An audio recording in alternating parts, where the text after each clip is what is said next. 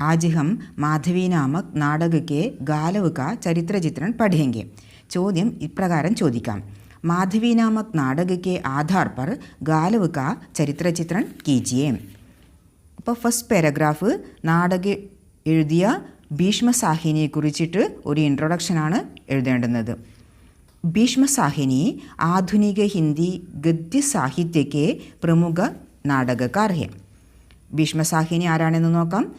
ഭീഷ്മസാഹിനി ആധുനിക ഹിന്ദി ഗദ്യ സാഹിത്യത്തിലെ പ്രധാനപ്പെട്ട ഒരു നാടകക്കാർ ആണ്. നാടകം എഴുതുന്നയാളെ നാടകക്കാർ എന്ന് പറയുന്നു. ഉൻകാ ജന്മ 1915 ईसा में पंजाब के रावलपिंडी में हुआ था. അദ്ദേഹത്തിൻ്റെ ജന്മം 1915 പഞ്ചാബിലെ റാവൽപിണ്ടിയിൽ ആയിരുന്നു. देश के बंटवारे के समय रावलपिंडी में भयानक सांप्रदायिक दंगे हुए थे. ദേശ് കെ ബണ്ട്വാര എന്ന് പറഞ്ഞാൽ വിഭജനം. ഭാരതത്തിൻ്റെ ഇന്ത്യ പാകിസ്ഥാൻ എന്നുള്ള വിഭജനം.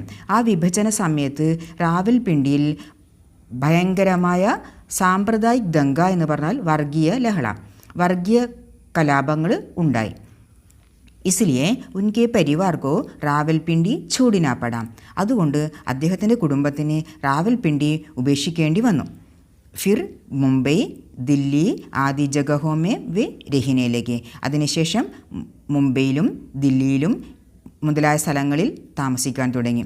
1973 में प्रकाशित तमस नामक उपन्यास पर उन्हें साहित्य अकादमी पुरस्कार मिला है.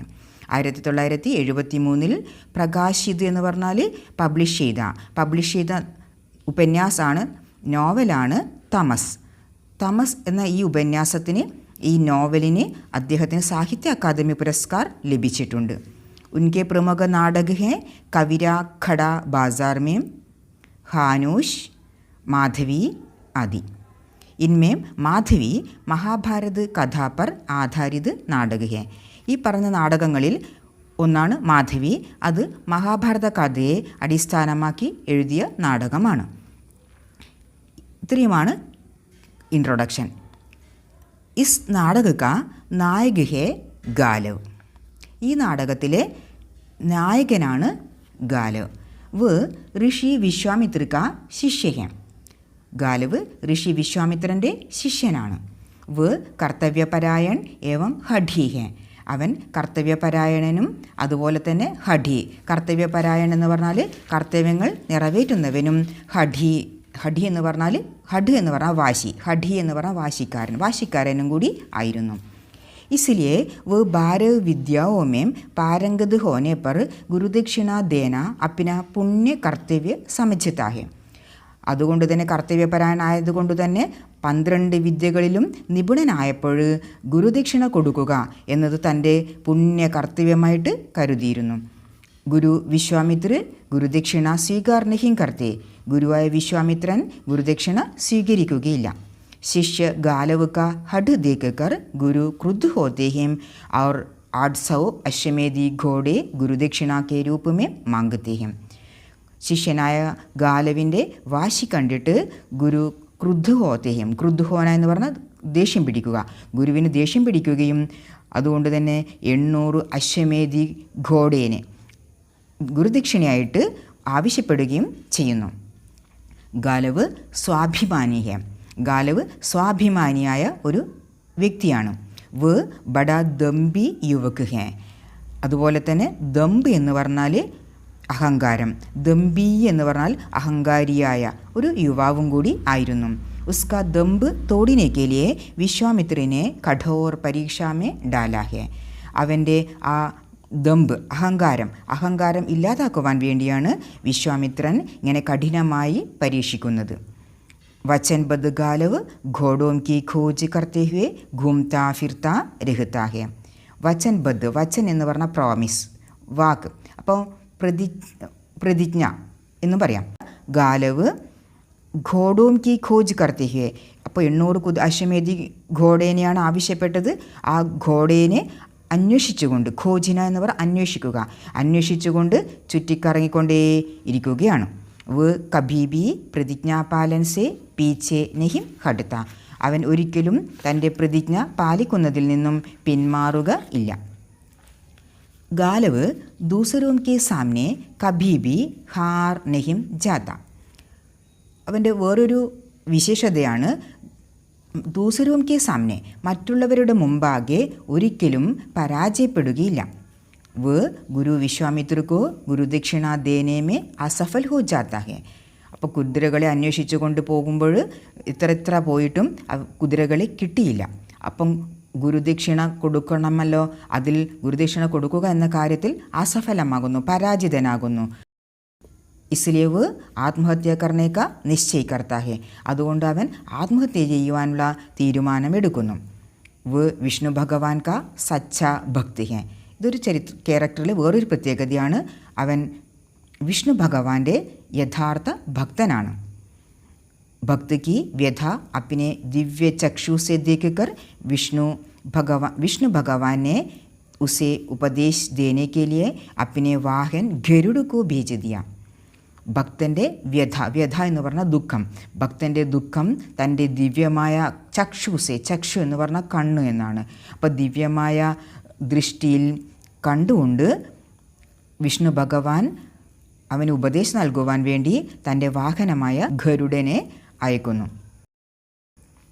गालव गरुड़ के उपदेशों को स्वीकार करने वाला है. गालव ഗരുഡൻ്റെ ഉപദേശങ്ങൾ സ്വീകരിക്കുന്നവനാണ്. गरुड़ के उपदेशों को सुनकर मुनि कुमार गालव महाराज ययाति के आश्रम में सहायता मांगते हुए पहुंचता है. ഗരുഡൻ്റെ ഉപദേശങ്ങൾ കേട്ടിട്ട് മുനികുമാരനായ ഗാലവ് മഹാരാജ് യയാതിയുടെ ആശ്രമത്തിലേക്ക് സഹായം ആവശ്യപ്പെട്ടുകൊണ്ട് എത്തുന്നു. യയാതി കെ പാസ് സവാർ കർണേ കെ ലിയെ ബി ഘോഡാ നഹീം ഹെ.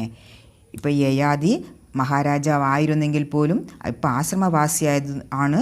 അതുകൊണ്ട് തന്നെ യയാതിയുടെ അടുത്ത് ഒരു സവാരി ചെയ്യുവാനുള്ള കുതിര പോലും ഇല്ല. ययाति सोचते हैं कि गालव को दान दिए बिना खाली हाथ लौटाने से अपनी यश की कमी होगी. യയാതി വിചാരിക്കുകയാണ്, ഗാലവിന് ദാനം നൽകാതെ ഖാലി ഹാത്തായിട്ട് വെറും കൈയോടെ തിരിച്ചയക്കുകയാണെങ്കിൽ തൻ്റെ യശസ്സിന് മങ്ങലേൽക്കും, യശസ്സിന് ഒരു പോരായ്മയുണ്ടാകും, ന്യൂനതയായിത്തീരും എന്ന് വിചാരിക്കുന്നു. इसलिए ययाति अपनी एकमात्र पुत्री മാധവി को दान देते हैं. അതുകൊണ്ട് യയാതി തൻ്റെ ഒരേയൊരു മോളായ മാധവിയെ ദാനം നൽകുന്നു. മാധവി के जरिए गालव 800 अश्वमेधी घोड़े प्राप्त कर सकेगा. മാധവിയിലൂടെ ഗാലവിന് 800 അശ്വമേധി കുതിരകളെ നേടുവാൻ വേണ്ടി സാധിക്കും. माधवी से मिलना गालव अपना भाग्य समझता है, दैव का हाथ मानता है. മാധവിയെ കിട്ടുക എന്ന് പറഞ്ഞാൽ ഗാലവ് അത് തൻ്റെ ഭാഗ്യമായിട്ടാണ് കരുതുന്നത്. അതേപോലെ തന്നെ ദൈവ് കാ ഹാത്ത് മാൻതാ ഹെ, ദൈവത്തിൻ്റെ ഒരു ദാനം, ഒരു അനുഗ്രഹം, ഈശ്വരൻ്റെ അനുഗ്രഹമായിട്ടും കരുതുന്നു. ഉസ്കെ മൻമേം മാധവിക്ക് പ്രതി സ്നേഹ ഹെ, അവൻ്റെ മനസ്സിൽ മാധവിയോട് സ്നേഹമാണുള്ളത്. वो माधवी की निकटता चाहता है क्योंकि माधवी देखने में बहुत सुंदर है. അവൻ മാധവിയുടെ നിക്കടത എന്ന് പറഞ്ഞാൽ സാമീപ്യം, എല്ലാ സമയത്തും മാധവി അടുത്തുണ്ടാകണം എന്ന് ആഗ്രഹിക്കുന്നു. എന്തുകൊണ്ടെന്നാൽ മാധവി കാണുവാൻ വേണ്ടി ഭയങ്കര സുന്ദരിയാണ്. गालव को ऋणमुक्त करने के लिए किसी राजा के निवास में रहने के लिए മാധവി തയ്യാർ होती है. ഗാലവിനെ ഋണമുക്തനാക്കുവാൻ വേണ്ടിയിട്ട് ഏതെങ്കിലും ഒരു രാജാവിൻ്റെ രനിവാസ് എന്ന് പറഞ്ഞാൽ അന്തഃപുരത്തിൽ താമസിക്കുവാൻ പോലും, പട്ടമഹിഷിയായിട്ട് താമസിക്കുവാനും മാധവി തയ്യാറാകുന്നു. गालव समझता है कि उसे पाने वाला राजा धन्य हो जाएगा. ഗാലവ് കരുതുകയാണ്, അവളെ കിട്ടുന്ന രാജാവ് ധന്യനായിത്തീരും. ഇത്രയും സുന്ദരിയായ മാധവിയെ ലഭിക്കുന്ന രാജാവ് ധന്യനായിത്തീരും എന്നും കരുതുന്നു. മാധവി കോ അലഗ് ഹോനെ പർ ഉസേ ദുഃഖ് ഭി ഹെ. മാധവിയെ വേർപെടുന്നതുകൊണ്ട് ഗാലവിന് ദുഃഖവുമുണ്ടാകുന്നു. फिर भी बाद में स्वतंत्र होकर दोनों कहीं जाने का विचार करते हैं. എങ്കിലും ഈ കുറച്ച് കാലത്തേക്കുള്ള വേർപെടലിന് ശേഷം എന്നെങ്കിലും സ്വതന്ത്രമാവും. അപ്പോൾ രണ്ടുപേർക്കും സ്വതന്ത്രമായിട്ട് എങ്ങോട്ടെങ്കിലും പോകാം എന്നും വിചാരിക്കുന്നു. മാധവി की राय में ഗാലവ് സച്ചാ സാധക് है. മാധവിക്ക് രായ് എന്ന് പറഞ്ഞ ഒപ്പീനിയൻ, അഭിപ്രായം. മാധവിയുടെ അഭിപ്രായത്തിൽ ഗാലവ് യഥാർത്ഥത്തിൽ കഠിനവ്രതം അനുഷ്ഠിക്കുന്നവനാണ്. സാധക എന്ന് പറഞ്ഞാൽ സാധന കർണേവാല, അനുഷ്ഠാനങ്ങൾ ചെയ്യുന്നവൻ, കഠിനമായ തപസ് അനുഷ്ഠിക്കുന്നവൻ എന്നൊക്കെയാണ് അർത്ഥം. വചൻ നിഭാനേമേ അടിഗിരഹത്താഹ്യം. യഥാർത്ഥ സാധക ആയതുകൊണ്ട് തന്നെ അവൻ വാക്ക് പാലിക്കുന്നതിലും, വച്ചൻ എന്ന് പറഞ്ഞാൽ വാക്ക്, പ്രോമിസ്, നിഭാന എന്ന് പറഞ്ഞാൽ നിർവഹിക്കുക, ചെയ്യുക, പാലിക്കുക. അപ്പം അവൻ ഗാലവ് വാക്ക് പാലിക്കുന്നതിലും അഡിഗിരഹിതായ, ഡിഗിന എന്ന് പറഞ്ഞാൽ ഇളകുക, അഡിഗിരഹിന എന്ന് പറഞ്ഞാൽ ഇളകാതിരിക്കുക, അതായത് ഉറച്ചു നിൽക്കുന്നവൻ ആണ്. യയാതി की पुत्री माधवी के ज़रिए 800 अश्वमेधी घोड़ों को जुटाकर गुरु के आश्रम में भेज देता है और ऋणमुक्त हो जाता है. അവൻ യയാതിയുടെ പുത്രിയായ മാധവിയിലൂടെ 800 അശ്വമേധി ഘോഡേനെ കളക്ട് ചെയ്യുകയും ഗുരുവിൻ്റെ ആശ്രമത്തിലേക്ക് അയക്കുകയും ചെയ്യുന്നു. അങ്ങനെ ഋണമുക്തനായി തീരുന്നു. ധർമ്മ और നൈതിക മര്യാദവും का उल्लंघन नहीं करता. അവൻ്റെ സ്വഭാവത്തിൽ വേറൊരു പ്രത്യേകതയാണ് ധർമ്മ എന്ന് പറഞ്ഞാൽ ഡ്യൂട്ടി, കടമ. അതുപോലെ തന്നെ നൈതിക മര്യാദ, മോറലായിട്ടുള്ള കാര്യങ്ങളും, എത്തിക്സ്. അപ്പോൾ ഇങ്ങനെയുള്ള കാര്യങ്ങളെല്ലാം തന്നെ ലംഘിക്കുന്നവൻ അല്ല.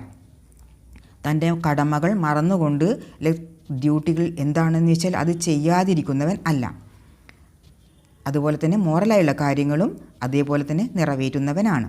इसलिए गुरु के आश्रम में रह चुकी स्त्री को अपनी पत्नी नहीं मानता. അതുകൊണ്ട് തന്നെ ഗുരുവിൻ്റെ ആശ്രമത്തിൽ താമസിച്ചു കഴിഞ്ഞവളായ സ്ത്രീയെ തൻ്റെ പത്നിയായിട്ട് അംഗീകരിക്കുകയില്ല.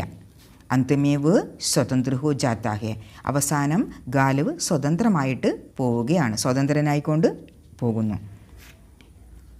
ഇനി ലാസ്റ്റ് ഒരു കൺക്ലൂഷനാണ് ഇനി പറയുന്നത്.